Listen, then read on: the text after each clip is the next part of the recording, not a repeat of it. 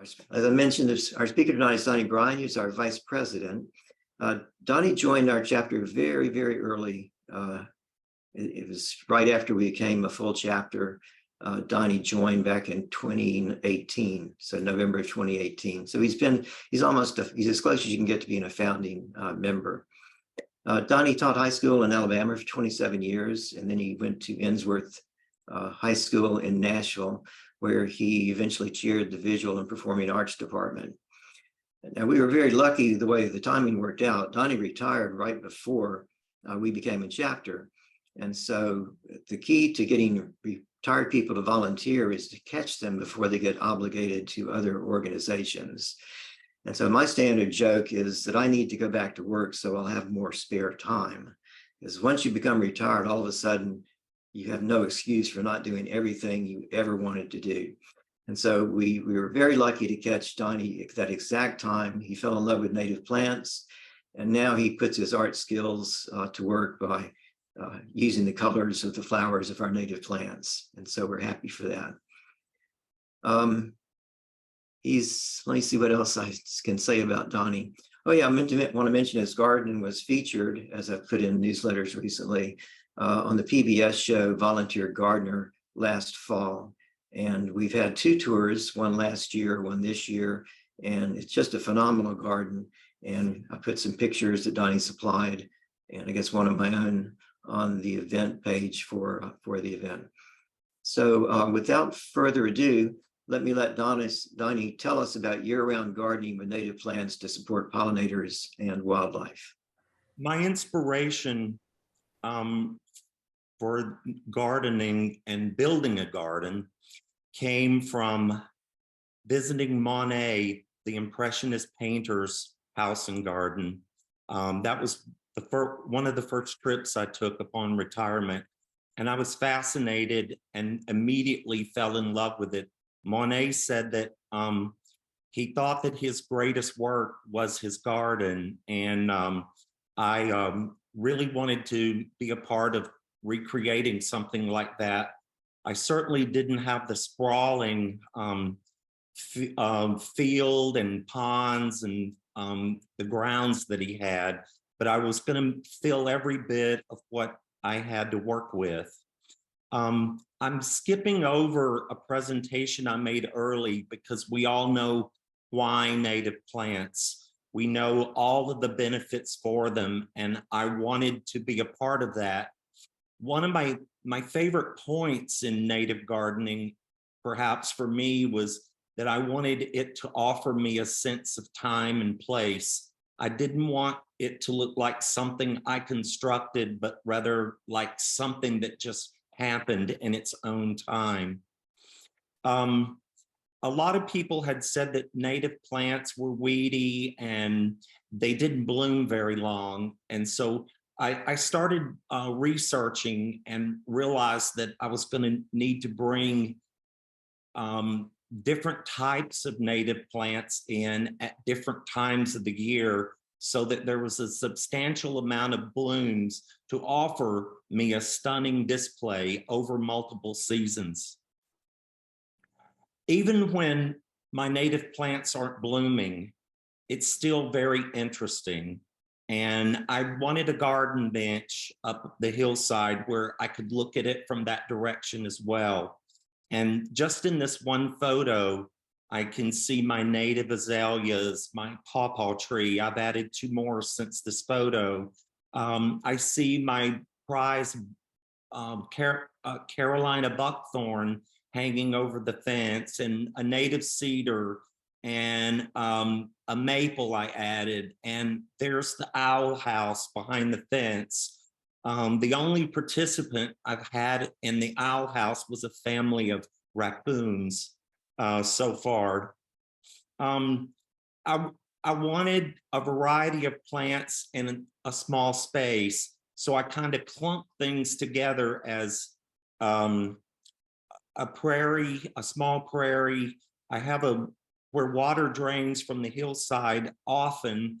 I put the water garden type plants and some wetland plants in. And I thought that tiny little trellis on the left would hold my passion vine. But since then, I've added an even larger obelisk there, and it takes over that entire obelisk it has to itself.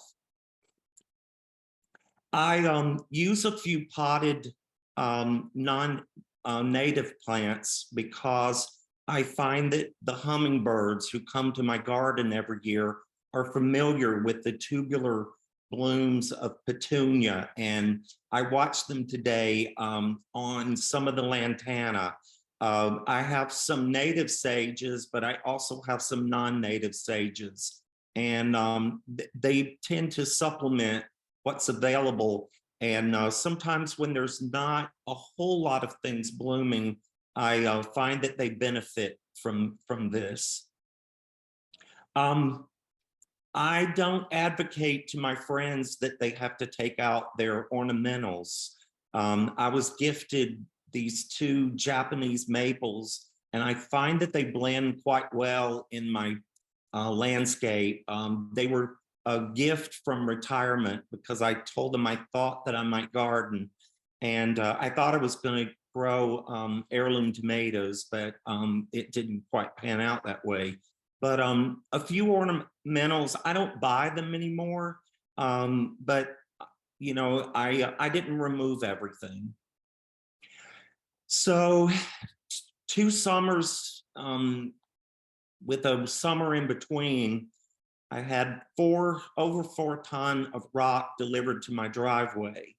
And it's quite a task to take all of this up the hillside. 2 old men carried sometimes 1 or 2 of the larger rocks at a time.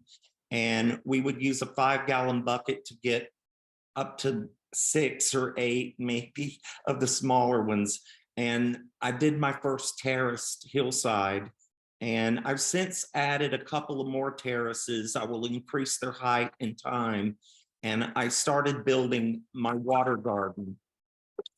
I wanted sound in the garden. I wanted to hear the birds. I wanted to hear the breeze through the trees, but I also wanted to hear water. And so I built a waterfall and a stream, and it moves. It also has a fountain that the birds really enjoy drinking from. And I heat the larger pool and the fountain itself, but I do turn the waterfall and stream off in the winter. And I have some drop-in heaters that keep the water supply for the animals and the birds. I just did this photo in the last day or so.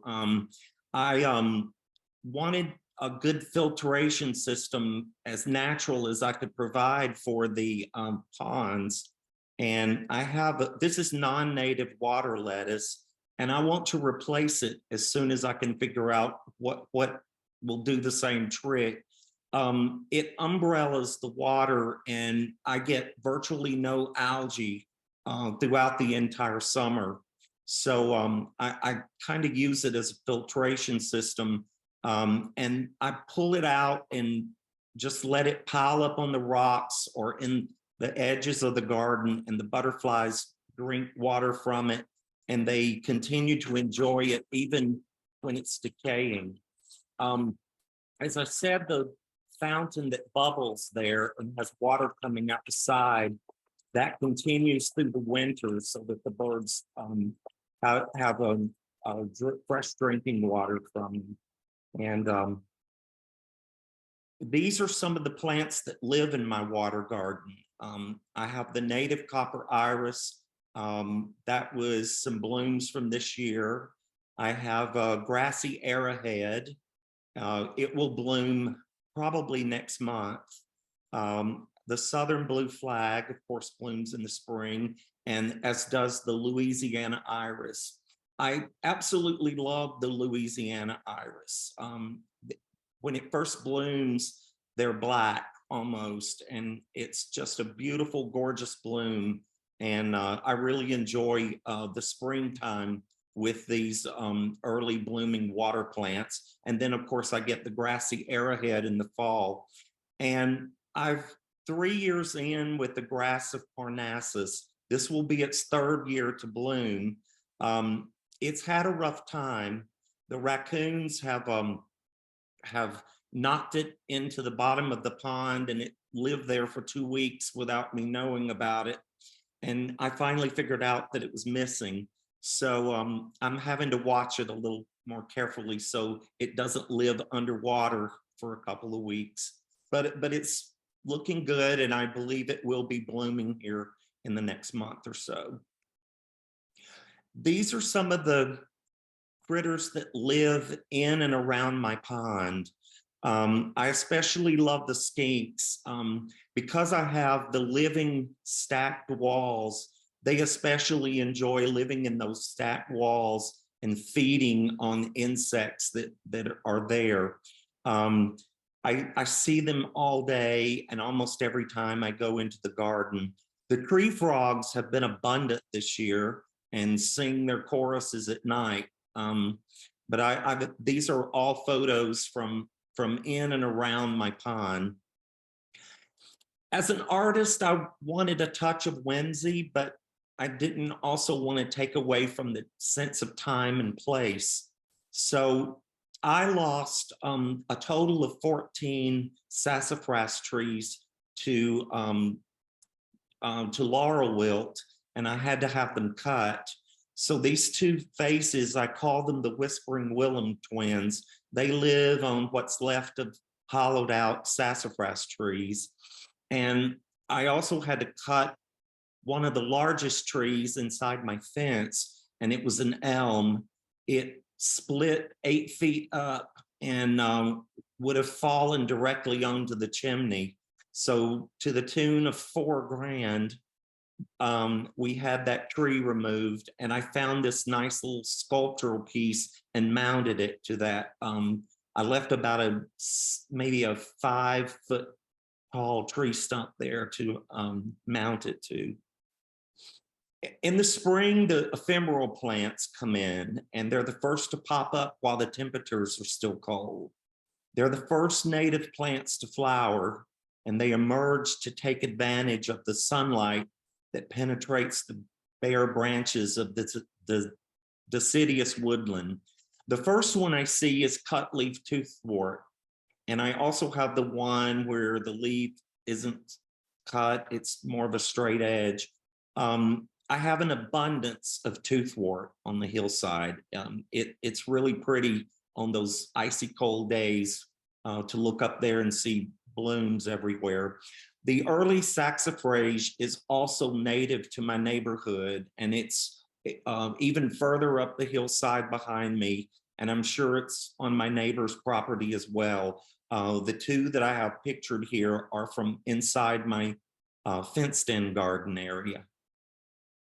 I have trout lilies that are native to my hillside, and I added the white trout lily this year, and it bloomed. I'm hoping that I can come across a few more, but at $14 a trout lily, I kind of went easy to experiment with it. But I did get a bloom the first year, so I want to keep trying with that. I have the Sweet Betsy trillium that's native to my hillside in my neighborhood. They have a lot of nicknames, I noticed, but these are forming very large colonies of up to 12 to 14 plants, and they continue to pop up all over, even in the paths that I've mulched and created so that I have a great place to walk and visitors to walk on. I added white trillium 5 years ago. I actually, my second year of gardening, I grew an entire tray of these, and they are popping up everywhere. I like to call them Trillium grandiflorium because I think they deserve a little bit better of a name than just white trillium. I love what happens to the white trillium. And if several weeks later, And even 6 weeks later, this can turn an even rosier pink. I have these bloom for almost 2 months. The bloom stays, and I don't lose sight of my white trilliums until about the 1st of July. I still see the plants here and there in the hillside. I added this one as well, the Trillium erectum. It's a darker bright red, and it has some little green sepal around it. I have about 6 of these, and I added yellow trilliums to my hillside, and I have dozens of them. They are really making great colonies, and they continued to pop up everywhere this year. And they come in a little, they're one of my last trilliums to show, and I really love seeing them. The trilliums have always reminded me of something like The Hobbit or a fairy tale garden. So I really enjoy having these in the garden as a creative type. Rue anemone was among the first plants, native plants I bought, and this one came from Grow Wild. And I have to tell you, I slid down the hillside, as I do often, and cut this right off at the ground. And this is 2 weeks later, this same past spring, it just came right back and continued to grow. And I also have the false rue anemone. It blooms much later than this. I kind of coupled them together. And it's not spreading as much as the rue anemone, but I really have high hopes that it will continue. I added Dutchman's breeches. That's what I have right there. I got my first few blooms this year, and I did have from the seed, I did have 1 leaf plants pop up here and there. So I think it's going to take to the hillside. One of the biggest success stories I've had in the ephemerals is the bellwort. They're making clumps of a dozen to 14 or more plants, and I'm soon going to be able to share some of these. I think I'm up to about 8 or 9 clumps, and I'm also getting individual plants from where it's seeding. So this is doing quite well on the hillside. I love spring beauty. You really know the warm days are just around the corner when you start seeing this tiny little plant. It's native in the neighborhood, and I have very little of it.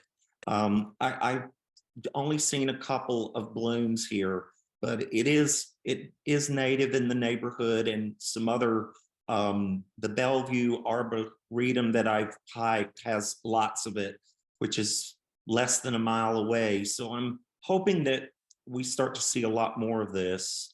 I love dwarf crested irises. Mine came from Mike at Grow Wild. I have 3 colonies of these, and am starting to get another small colony up in the larger woods.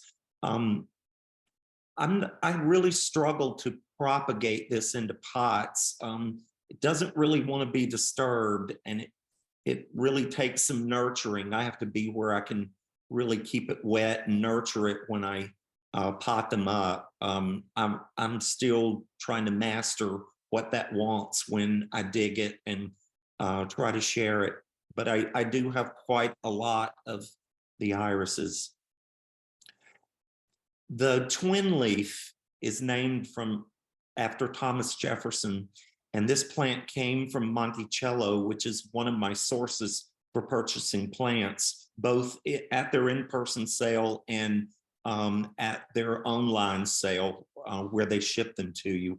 It's in my top 3 favorite plants. I've read a lot of history about it, and I love the story of its discovery and Thomas Jefferson nurturing this to make it a special part of the native plant community. This one is mine that bloomed this year. I have 2 more that I wish was doing a little better. This is still green right now. It's still has its leaves and has grown quite a bit in the summer since it's been so wet. The sharp-lobed hepatica blooms about the same time, and I also have a few of the round-lobed. Mine tend to start out white and turn lavender as time progresses. I love Virginia bluebells, and I'm having to remind myself where they are when they're dormant, because I have destroyed quite a few really nice specimens, I think, by accidentally digging them up. That's one thing, as we become native gardeners, we have to remember what's dormant and not forget where it is. But I love their bloom time. I love all of the source of nectar and pollen they provide for all of the bees, and they also are pollinated and visited by bee flies, butterflies, skippers, moths, and hummingbirds if they're here. I cannot say that I've ever had a hummingbird here at the time of the Virginia bluebells. I love Jacob's ladder. I have 7, 3 that are quite large and 4 that I grew from seed. I think I may have figured out what they want.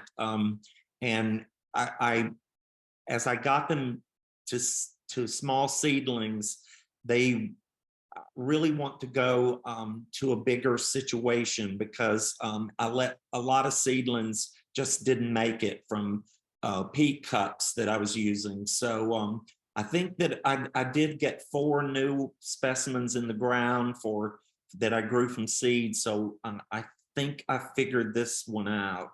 I've got a couple of the celandine wood poppies. That's a nice pop of color early when you can still see the ground is covered with leaves. And I'm having really good success with wild geranium. I have it in a couple of places in the garden. Love Jack in the Pulpit. I'm starting to get colonies of 2 and 3. I love what happens to the seeding and how that turns red later. It's very interesting to look at. I love this plant. I also have the leaf looks similar, but I have a really nice green dragon plant as well. The lily of the valley, I purchased in my first 6 plants from Grow Wild, and it's making a really nice colony by root. And I find that the birds are very curious about the berries. I'm wondering if they're getting them. Somebody is, because they disappear when it fruits. The blue violet is abundant here. If I have an area that I dig, clean up, and I don't get a plant in, this is sure to be popping in soon. I love blue violet. I use it as a ground cover, and I do remove it when it gets to be carpeting a large area. I find that there are a few plants it will kind of snuff out, and so I have to dig this out. But I really love it. It's an early bloom, and I really find that the pollinators are quite attracted to it. Here are some trees that I added.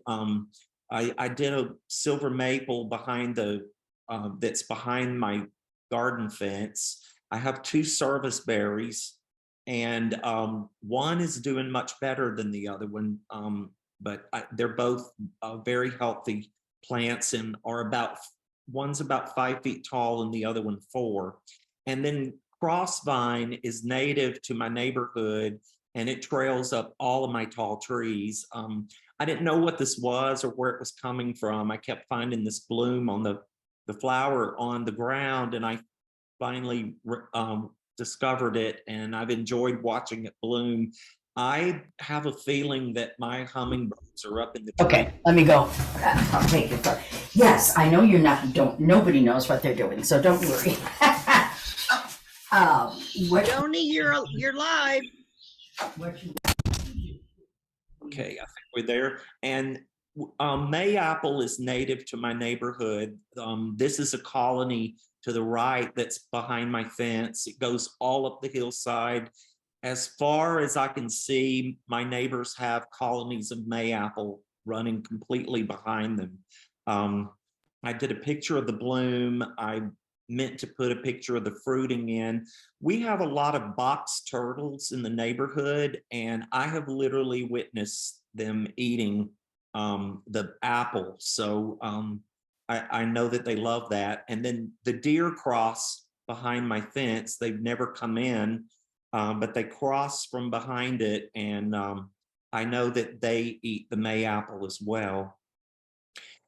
I love my buckeye. It's about twice this big now, and it's still, the top of it is still blooming when the hummingbirds get here, and they're all over it. They absolutely stay all over it.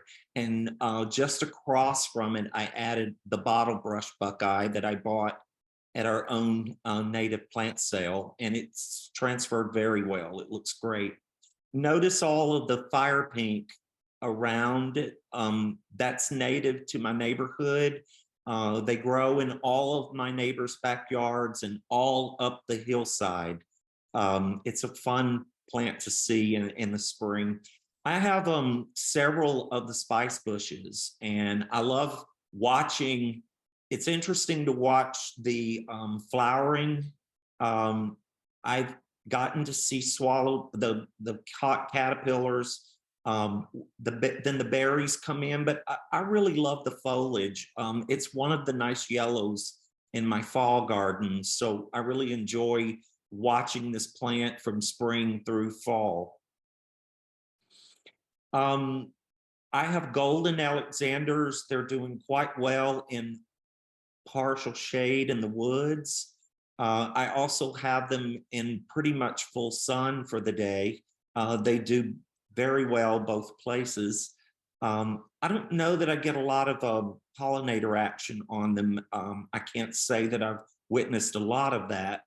I like golden ragwort. I think it deserves a better name than ragwort, but this is a nice yellow that comes in early spring and blooms all the way on into mid-spring. My ragwort came early this year, but it continued to bloom a very long time, and I like its will to stay around. And I did a close-up there of the fire pink because the blooms are so beautiful up the hillside. I use fleabane. I have it growing in some troughs that line my veggie garden, and it's still full of blooms.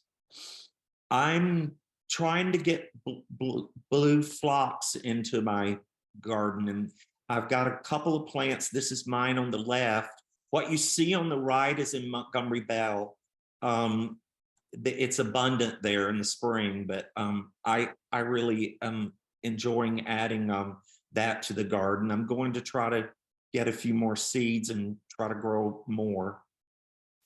I've got this one shooting star specimen. It bloomed one set of blooms the first year, 2 sets, and this year it had 3. That is a plant I purchased from Monticello online. Love the columbine, enjoy the bees and the hummingbirds that come to it. And I've added birdfoot violet. I've got about 5 of them that have come back now for the 3rd year.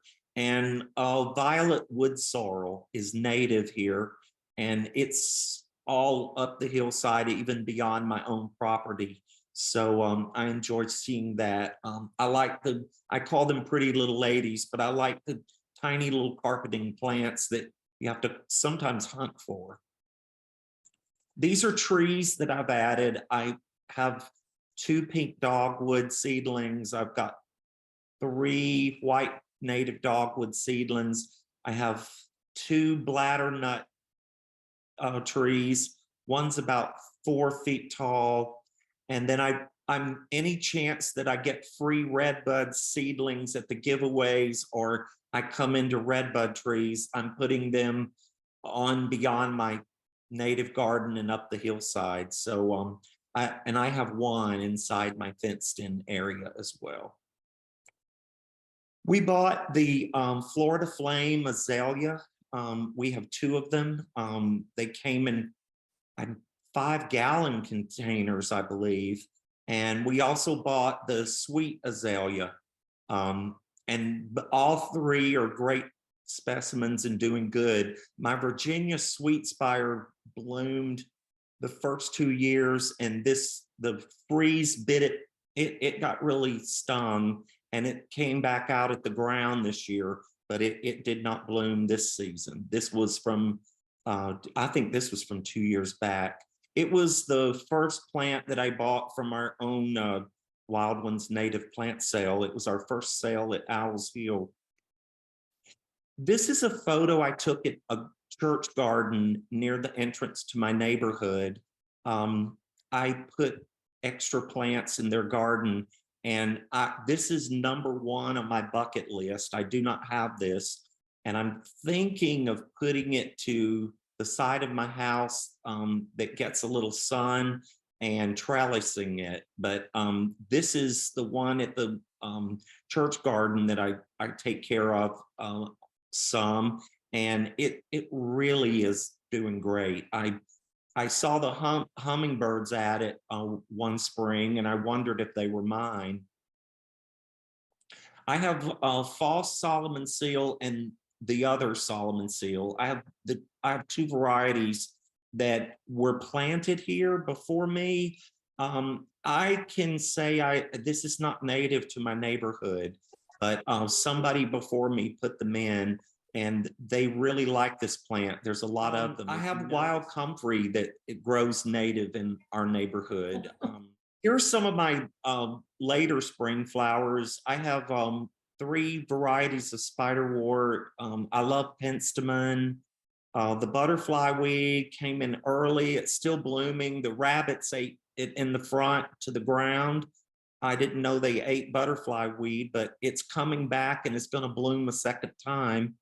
And then this year I've added downy wood mint, and I look forward to seeing it bloom as pretty as the seeds that I was able to get from this source. And then I have a couple of the false indigo plants that I'm going to be transplanting out to the side of my driveway a little later this year. One of my favorites in my top 3, blanket flower. Look at the 3 bumblebees on just those 3 blooms, but they're on the right. But it blooms early and it blooms past frost. It's a very hardy plant, and I see all the pollinators flocking to it. It's the busiest plant I have in the garden all day, every day. So I really like blanket flower. I grew it from seed, and it was a very easy germination for me. Here are some more of my spring flowers. I love my blue-eyed grass. It was here. I think that it's native to the neighborhood. Cinquefoil was here. It's in the rose family. It makes ground cover. I have to pull armloads of this out. It's very prolific. And then I have added Canadian white violets, and I also have the white striped cream violets that I've added. I love the heel-all plant, and I like its interesting bloom. I've got the earlobed coreopsis that also would make a nice ground cover. It's literally covered with blooms. That's one of my plants that's almost 5 years old. And then lyre leaf sage was abundant this year, as what is showy evening primrose. But that's quite a bouquet right there in that grouping. I planted the wild geranium. I had a nice clay pot that broke, and I pushed it into the hillside and planted this wild geranium. in that broken pot, and it's coming up from around the bottom of the pot and spilling out the top.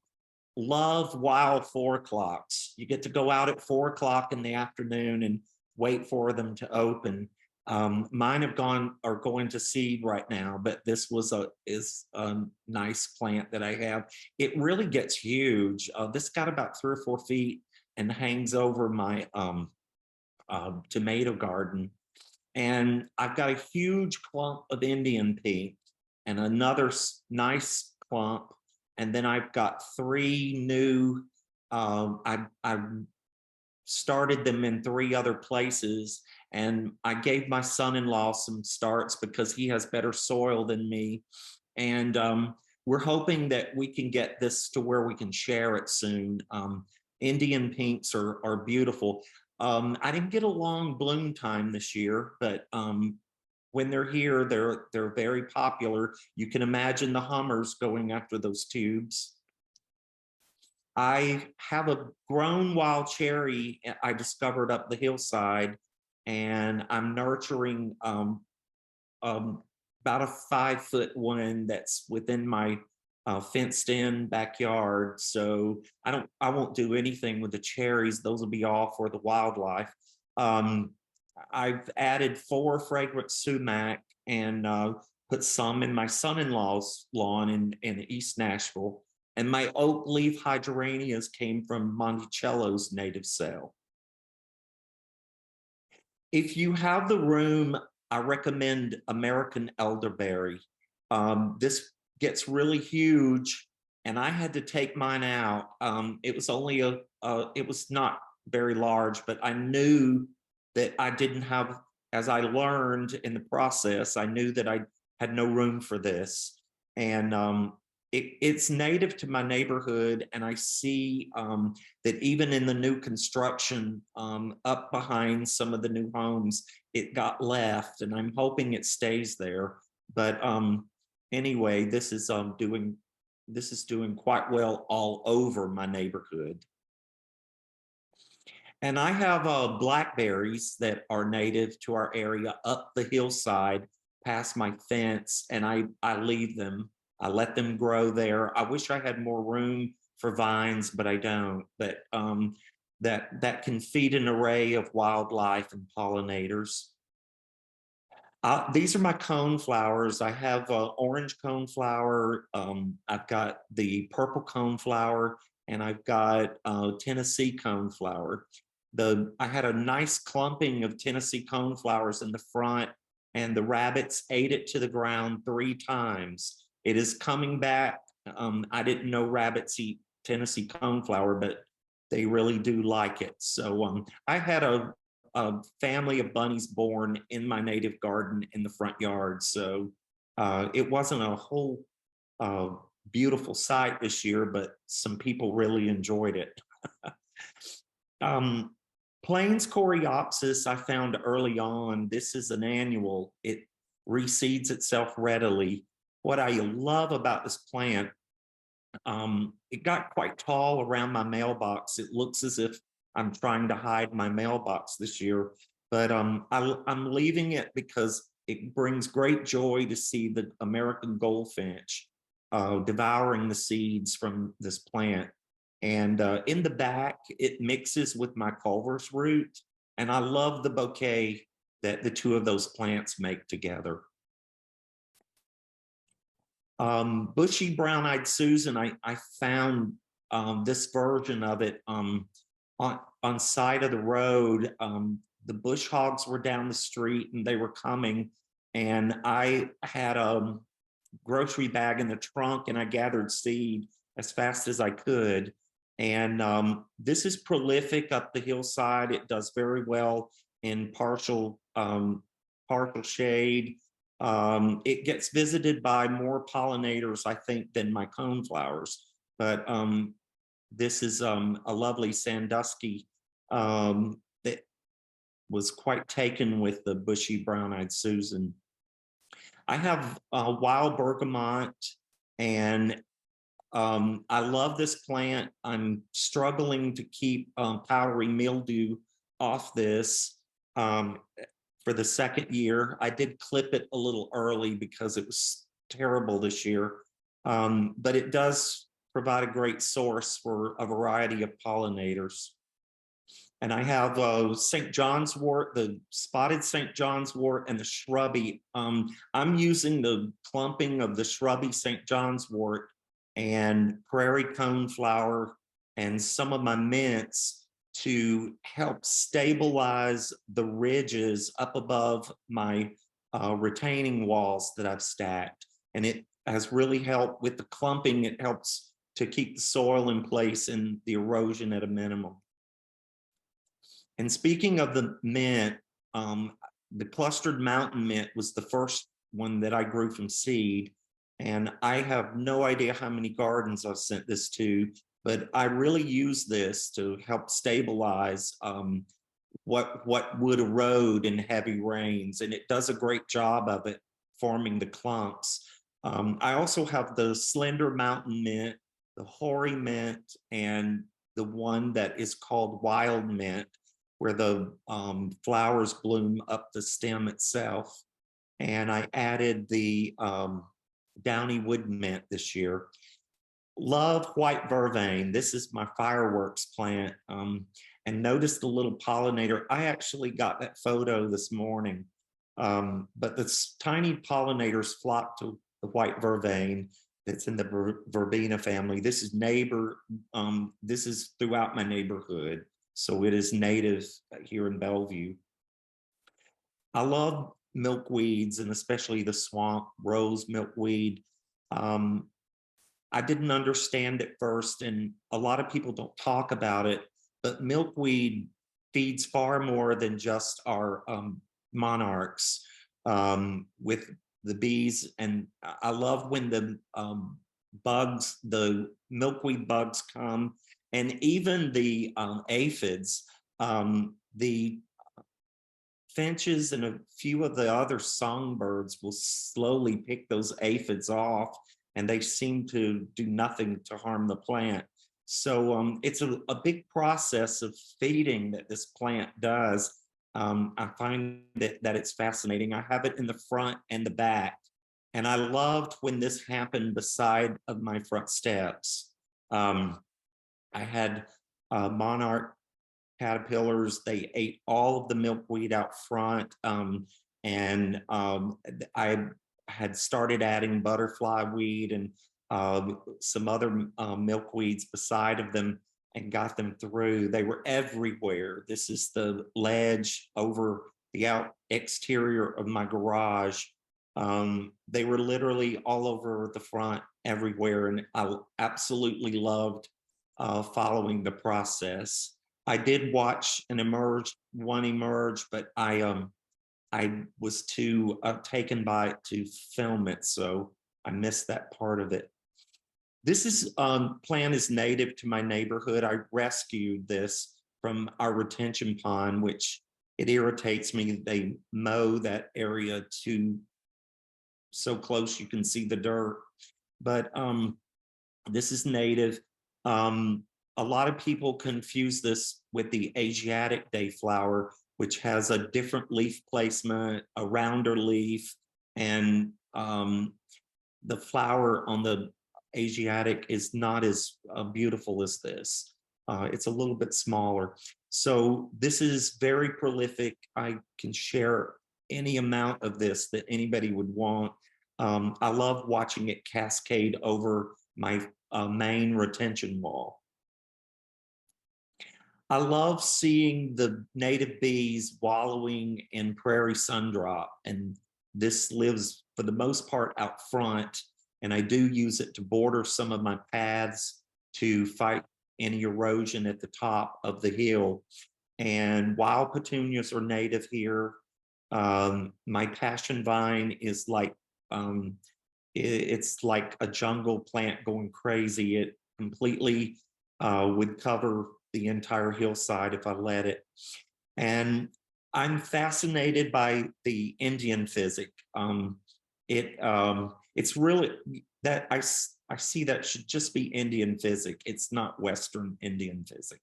But I love the white star flowers, but I love even more what happens to the foliage here in the fall. It will turn a rusty red, and it gives quite a second showing of it. Cardinal flower started blooming about 3 weeks ago, and it continues to bud and bloom. I will have weeks of it continuing to grace the hillside. This is great blue lobelia that is blooming out front now, and I also have it in my rain garden in the back, but I'm surprised how it can really take some of the dry that I get out front. Here's a plant many of you may not know. It's called water horehound. It's one of my favorites. It's in the lower 48 states. It prefers sunny, wet to moist habitats. It's a member of the mint family. The white flowers grow from the leaf axils, and it's distinguished by its lobed lower leaf, which its relatives lack, and it's attractive to tiny pollinators. I don't know if you can see them, but there are tiny pollinators in both photos. I have rattlesnake master blooming now, blazing star. I want to add lots of blazing star to give that tall architectural look throughout the hillside. I added the nodding onions 2 years ago. The hoary vervain is bloomed about a month ago and continues. And then out front, I have showy tick truffle. I also have it up the hillside. It's a beautiful plant, but when you're gardening, you get the seed stuck all over you because that's how the seed travels. I have a couple of small bits of purple prairie clover, but we did plant this in my son-in-law's ditches and part of his lawn in East Nashville. I have Virginsbauer plant. I've got 3 fairly nice ones in the garden. I have 3 button bushes. My native hibiscus will be blooming soon. And this is my trumpet creeper. I have it growing on my fence. I will probably one day have to anchor the fence even more. I'm okay with that. I'm going to trim it when needed, and I know that I've been warned. But for me right now, it's going to be the next guy's problem. My persimmons feed a variety of wildlife. I have hickory nuts.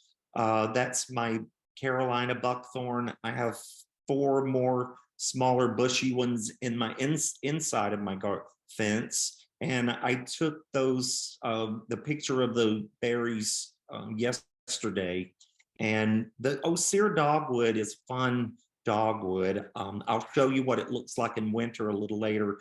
But I love the flowers. It's been blooming since June. It is still blooming, I noticed today. And it's also getting berries from the earlier blooms. So it's a fun, small shrubby tree or shrubby dogwood to have in the garden. I have anise hyssop, and I have added purple giant hyssop this year. I have the sweet Joe Pye weed. Jewelweed is really blooming in the last few days. I love swamp thistle. This is from last year in my garden. This kind of works like a biennial for me. So I didn't have any blooms this year, but I have several plants that will bloom next year. And my downy skullcap is doing really well in partial shade. I love the cup plant. It's called the cup plant because the water gathers there at the stem, and it's fun to see the smaller pollinators come and drink from it. This attracts a variety of pollinators, and it's one of the more busier plants in my garden. I have several turtlehead, especially in the rain garden section. Evening primrose is making a run toward blooming very soon. And my sunflowers will be blooming probably mid-August. And They will go all the way through, definitely through October. And I think last year they were almost to December. I have several asters. I've got the smooth blue aster, the downy, the bluewood aster, the smooth blue asters. Those were here. I didn't plant them. I also have panicled aster, which is the white one, and I've added the New England asters. Later in the fall, blooming soon will be my goldenrods. This is my favorite one. It's blue stem goldenrod. It is a goldenrod that will bloom in the shade. It's nicknamed wreath goldenrod because it tends to make a wreath. Blue mist flower. It's the goldenrod is native here in my neighborhood. So is the blue mist and the ironweed as well. These are all the goldenrods I have. I love this plant. It's among my favorites. I have the Canadense. I think second there at the top is the blue stem. The aniscented or sweet goldenrod, showy goldenrod, wrinkle leaf goldenrod. There to the right on the bottom is zigzag goldenrod. I have 3 of them in the woods. And then I have the nativar of firework goldenrod. I have to keep that one pulled out. It gets to be a little aggressive. Snake root is native to my garden. I get a sea of white capping on top of all the blue asters in the fall. Frostweed is about to bloom. The American beautyberry is blooming and will get its berries next month. And sneezeweed will be blooming out soon. I love what happens to Virginia creeper in the fall. And the coralberry bush was the first native plant that I ever bought. Mine came from Grow Wild, and I have 3 of them. From what I read, that's a last resort berry for some of the wildlife. I leave the leaves. I never rake. In the spring, in the lower section of my garden, I have to move when the weather gets much warmer. I have to move some of the packed leaves off so the seedlings can come up and the rosettes of the cardinal flower and blue lobelia can surface. But I have lots of wildlife that live in my leaves, and I leave them. I like what happens in the winter. Mine is not a dead garden. It's very much alive.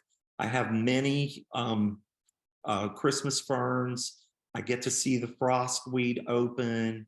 I like watching what's left of the milkweed pods blowing in the wind. I have wintergreen. I'm going to be offering a tray of that at our fall sale. And I love that the bees and some insects burrow in the hollow stems. This is the osier dogwood in the snow just to the left of my steps in the front. So I love that dogwood. Blooms most of the summer, and then is, like I said, started berrying. And then you get this in the winter. What's not to love? And this is the partridge vine hanging out of my garden, where 2 or 3 days after a heavy rain, water will continue to seep. It likes to be very wet. And all winter, it has the red berries and looks very Christmassy. This is a plant that you rarely see in an individual's garden. I was fascinated with it. I wanted to experiment, and I've had it bloom 3 years in a row. I bought like 5 or 6 initially. I have 3. I have that clump of 2 and 3 individual ones, but the pink lady slipper orchid is one of our rare plants. Mine was grown in a greenhouse. where they grow only orchids. So it was never in the wild, but I'm trying to make it wild. I love watching this in my water garden. This is the Dixie Lace picture plant, and the bloom is out of this world. It seeds from the bloom, and it also creates new plants from the roots. But it's carnivorous, and this is a native that's sold by Grow Wild, and it has survived all the winters here. I would say that, remind you that my bigger pond has a drop-in heater in the winter, but I don't. This stays out all year. I put this at the end too. It's another plant I find strange and fascinating. I had a really nice clumping of them that were already here.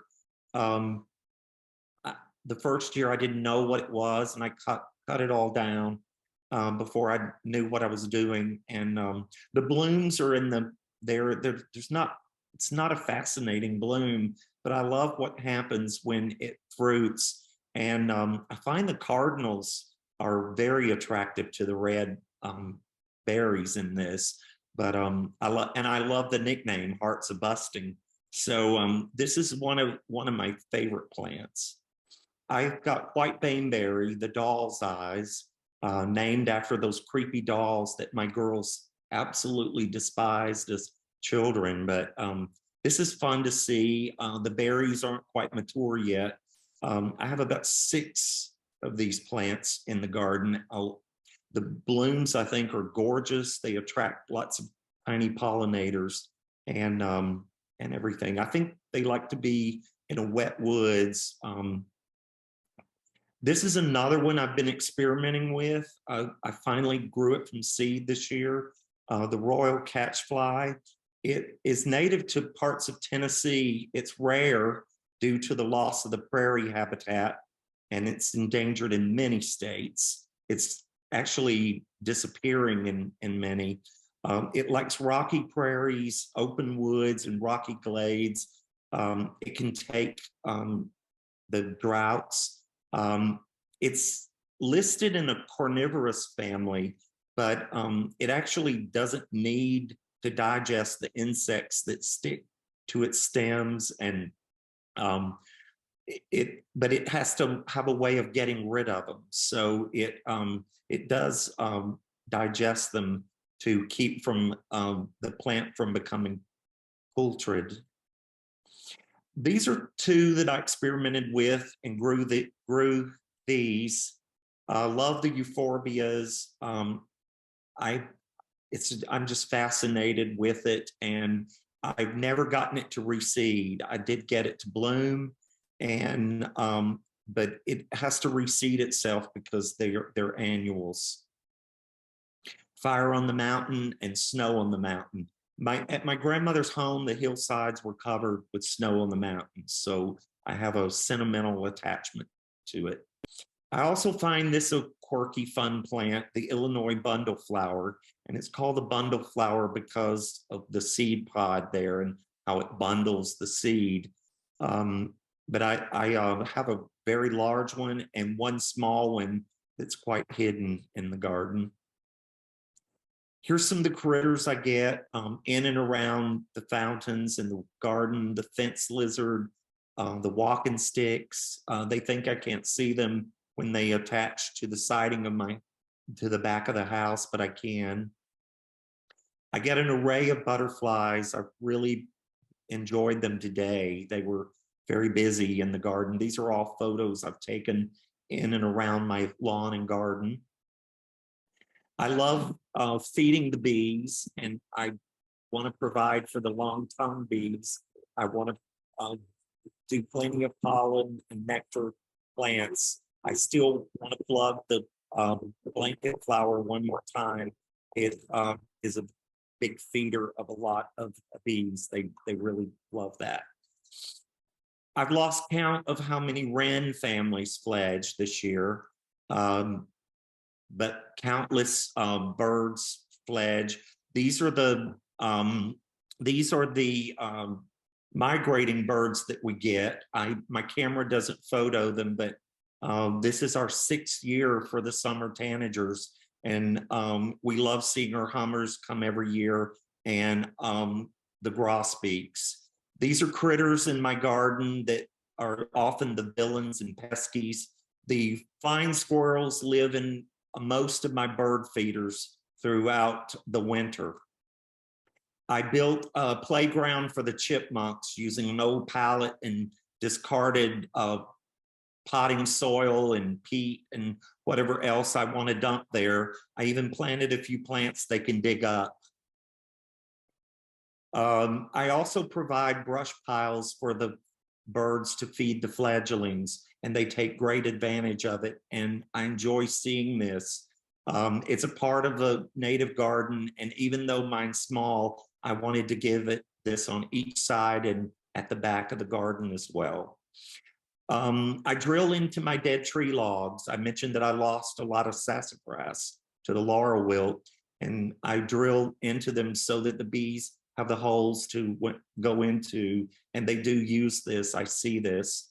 I have saucers to give them fresh water every day. And many people say, where did you get all of this? These are my sources. And native plant sales are #1. Grow Wild, Tennessee Naturescapes, Azale Plants, Monticello online plant sale and in person. I order from monticellostore.org. They have lots of beautiful natives. Some of my shrubs, all of my azaleas came from Wilson Brothers Gardens in McDonough, Georgia. A lot of my flowering native plants from the Curious Goat in Pegram, Jason's Native Garden in East Nashville, and More Garden Center. When I do shop for natives at More, I do have to be extra careful and analyze to make sure I'm getting a true native and not a nativar. If I've said anything that you're interested in, I post pictures daily to my Instagram called Native Gardening in Tennessee. I invite you to follow me on Facebook if you dare. You may have to send me a message for me to accept you. I hide from lots of former students. I have an album there called Wildflower Wednesday. I post every week. I have another album on Facebook called Healing the Earth 1 Yard at a Time. I do morning coffee in the garden almost every morning, even if it's drizzling. And I do, this is how my garden grows, and features some of my heirloom tomatoes there. But I've enjoyed talking to you all, and I hope I've said something inspirational to you. Wild Ones has inspired me to do all of this. So I thank all of you who have shared with me and inspired me.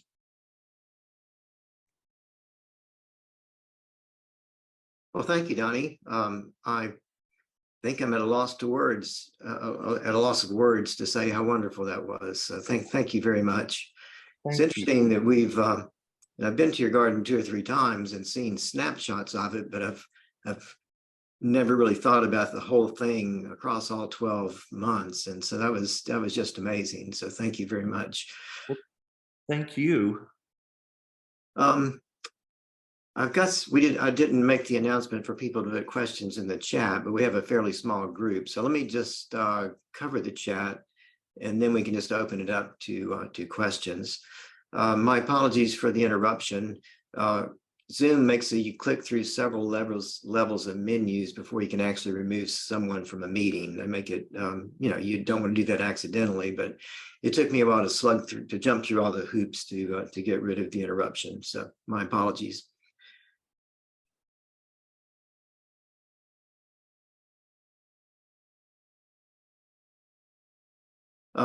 Patty, do you want to ask Donnie your question about deadheading? I'm trying to yeah. You're- Hi, Donnie, it's Patty. Hi. On your blanket flowers, I have quite a few in my yard. Do you deadhead regularly or do you just let them go? Uh, I gather seed because I share them, and I will say that I take them to places that I know they will grow. As I hike the trails, I spread them. But I haven't done much of that this year, and they still are prolific in flowering. So, And but that's my worry, is that they won't be prolific if I don't redirect the energy. yeah, I don't have a big problem with that. I have done that just to, I try to keep, especially out front, looking a little cleaner, Right. because I do have an HOA. But I don't really do a lot of it, but I do some. They definitely use it right now. Yeah. And you'll have to look in the chat because I have a friend that has a white Indian pink. He lives on the Stones River and he even sent it to UT, and UT told him, we've never seen a white Indian pink. But I put some pictures on there. You'll have to check that out. It's very interesting. And Wow, that's wild. I know, right? But it's he that's his claim to fame, and I'll have to tell him that I showed it to you. Oh, wow. Well, good. Patty, I'm not sure if everybody saw those because I think they came as a direct message to me. Oh, I'm sorry. Does anyone, can somebody verify that, or do you It see says posts? direct message. Oh, I'm sorry. Let me see if I can. Oh, let's see if I can change that. So in the meantime, if anyone else has a question, please unmute yourself and we can just handle it that way. Thank you so Yeah. much, Donnie. That was fabulous. Oh, Yeah, thanks. agreed. I'm rusty. I haven't been in the classroom in going on 6 years. You don't need to be in a classroom to share that knowledge. That was awesome. I'm definitely going to come see your garden, sir. Oh, come see us. Like I say, everything I just presented, I didn't know 5 years ago. I didn't know any of it. So Yeah, I get it. you all are responsible for a lot of that. So I'm grateful. I wanted my retirement to be meaningful as my teaching career was, and I definitely wanted to take on something. So like Richard said early on, I was like, I'm going to do this, and I can say it like this, forgive me, but I was never one to half-ass anything. So I knew when I was doing it, I was going to take it on wholeheartedly. So. Donnie, I have a couple of questions. First one should be easy because I missed the first few minutes thanks to a system update, Microsoft. I hate you. So when did you start actually building the garden? I was curious about that. And then my second question, I'll ask after that. It will, this October will be starting the 6th year that I started building a native garden. Now, prior to that, I was removing a hillside full of lyre monkey grass and rows of Sharon and bush honeysuckle. I have no bush honeysuckle on my property. I wish I could say that for my neighbors, but once I knew that was coming out and I was clearing it. I wish I could find one of the old photos. It was a jungle up there. Wow. I didn't know what I was doing. I didn't know what was what. I took growing up in Alabama, you learn to use a chainsaw at 14. And so I took a chainsaw and I cleared it out, but maybe clearing it out let a lot of the natives that I said was here, maybe they came back, because of that. Yeah, I wouldn't be surprised about that. So I have a similar trajectory in some ways, I guess. My second question, though, to stay on target is, I'm really impressed with the number of plants you've started from seed. And I've been trying to start a number of these from seed myself to plant at our farm, which is a huge landscape. And I'm trying to bring more of the native plants back that I think probably grew there prior to, generations of cattle farming and such. So tell me what your secret is, because I've had some real problems getting some of these natives to germinate, though some do so easily.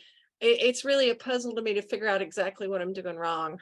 Yeah, and I don't call it failures. I call it experiments. You heard me say that several times. But I put them between moist paper coffee filters, and I use a small piece of paper towel behind that. And that coffee filter damp, I fold it into its own envelope. So when I hold it up in the light, I've got a good view of the seed. During some of the 60-day or even 90-day stratifications, I sometimes have to put them in a new coffee filter because it will get moldy if in time, and not all of them do, but some of them do. So I have to do a little cleanup and do that, but I just keep my eye on them. They go in Ziploc bags in the refrigerator. I fold them over, like I have as many as 50 baggies sometimes, and I just rubber band them together and I try to take a look at them at least once a week, to see if they might need misting or dampening. But that's how I do it. The trilliums that had to go with the second winter, that tray of white grandiflorium, I put them in my closet under a heat vent for the second winter that they went through. But I'm not ever doing a second winter stratification on those. I will plant them up the hillside and they will do their own natural second winter. I find that that's much more successful. Yeah, I've had better success with that too. Generally, not 100%. Some things have done quite well, but it seems like I don't know if my medium I'm using is too heavy, or if I'm not being diligent enough about keeping stuff moist in the fridge. I'm not 100% sure, but what I've found is the stuff that I just kind of put outside always seems to do the best anyway. Well, and I might also add too that I don't, once that I sow the seed, I tend to put a few in a peat pot. I use a really nice garden soil in the bottom of the pot, and I sprinkle starter medium on top of the seed, and I put them under. I've got 12 units of grow lights in my hobby room downstairs, and I keep them in under grow lights for the it's gardening in January and February for me, so I enjoy that. So April, I've told many people that if you're having any trouble with your ego and excess, just take up propagating native plants as a hobby, and that'll fix it. Mhm. And I have so many good notes from people like Marty DeHart and people like that, and I'm still struggling, but I figure I'll figure it out eventually. I do good with persimmons and pawpaws and stuff like that. I have a lot more luck with winter sowing now than I used to. So, but I also do cold stratification starting around December 1st or end of December, and then transplant into propagation trays. And it really is hit and miss for me. So just hang in there. Thanks you. I feel better now. Thanks, Good. guys. Yeah, I have species of seeds that I've never seen germinate at all. I can't germinate a wild sweet William for anything. Well, just to give you an example, last year I collected 200 berries from a hawthorn tree. I forget.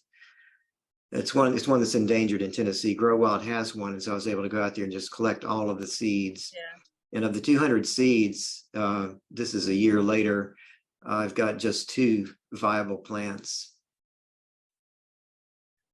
I had 7, but they down to 2 now. But these seem to be doing pretty well. Cool. Other questions? I have a question. Hey, Donnie, Hey. it's Audra. Your water garden, do you put your plants in a pot and then put it in the water, or do you plant it directly in?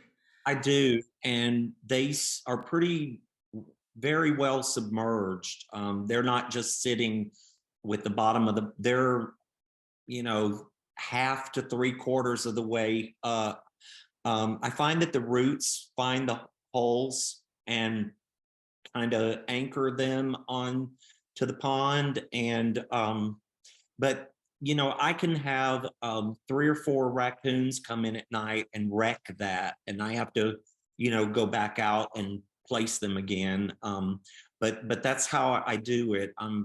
The Louisiana iris I showed you, I'm having to really repot those because it's in a pot that's about 24 inches around, and I've got to break that up. I need half. I don't even need half of that. So I'm having to repot those right now.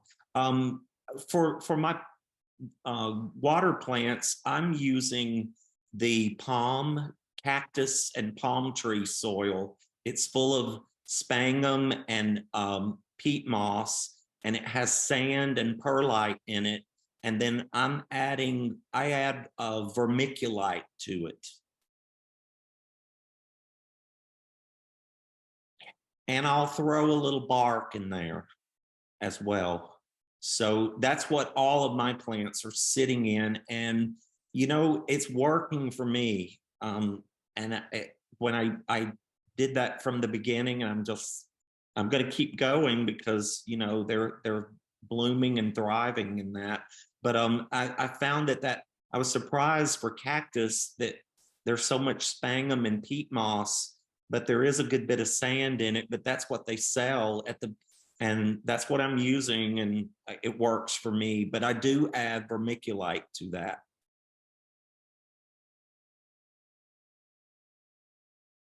They finally started selling it in big bags, so it's not as expensive as it was. So where do you buy that? I get probably a 10 or 15 pound, it may be 20-pound bag at Home Depot. Yeah, you have to order them because they don't keep them in stock. But if you order them, they will ship them to your house. I use the same stuff on that. I pick it up and a couple of them into the trunk. They have it at Bellevue, pallets, stacks of it. No, snow in Madison, we have to always order it, but they don't mind if you do it.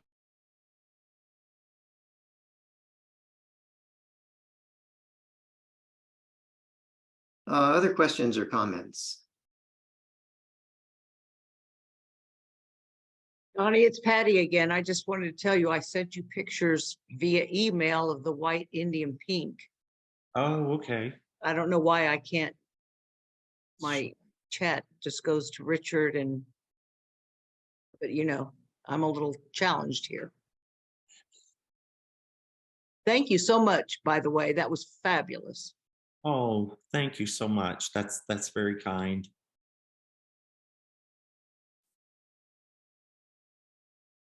So when you were terracing your yard, can you give us just a general idea of how that went, how you used all those stones, and did you have to do some special engineering to keep things stable? Well, for the biggest, the retention wall that's just behind my deck was here.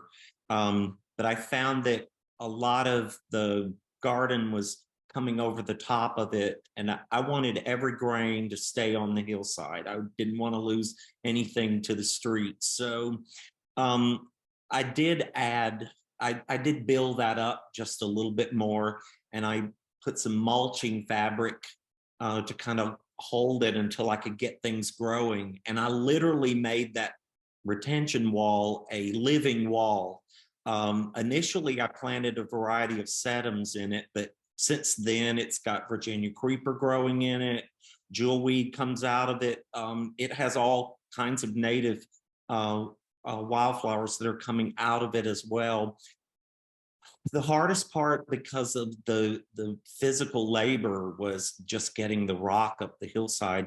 I followed the first the big stack wall. I kind of followed the slope of that part of the hill, and I just kept letting the rock lean against the slope of the hill. In other words, I didn't build the wall to be freestanding and then fill in behind it. I just kind of kept going until I got it high enough that it was plantable. And then right at the ridge of that hillside, that's where I put all of these clumping plants so that it wouldn't spill off onto that stacked rock wall. They are literally just stacked rock walls, initially with mulching fabric to keep the soil from seeping through the rocks until I could get enough growing and enough roots behind them that we have that. I have neighbors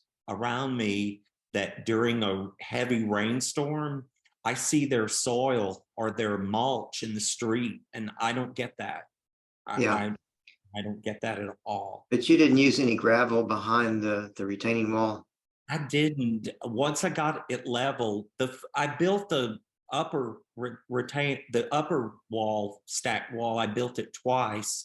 The first time I did it, it had some man-made cement blocks in it, and the artist in me hated that, and I wanted it to be more natural. So I took that entire wall apart and built it again, adding natural stone to it.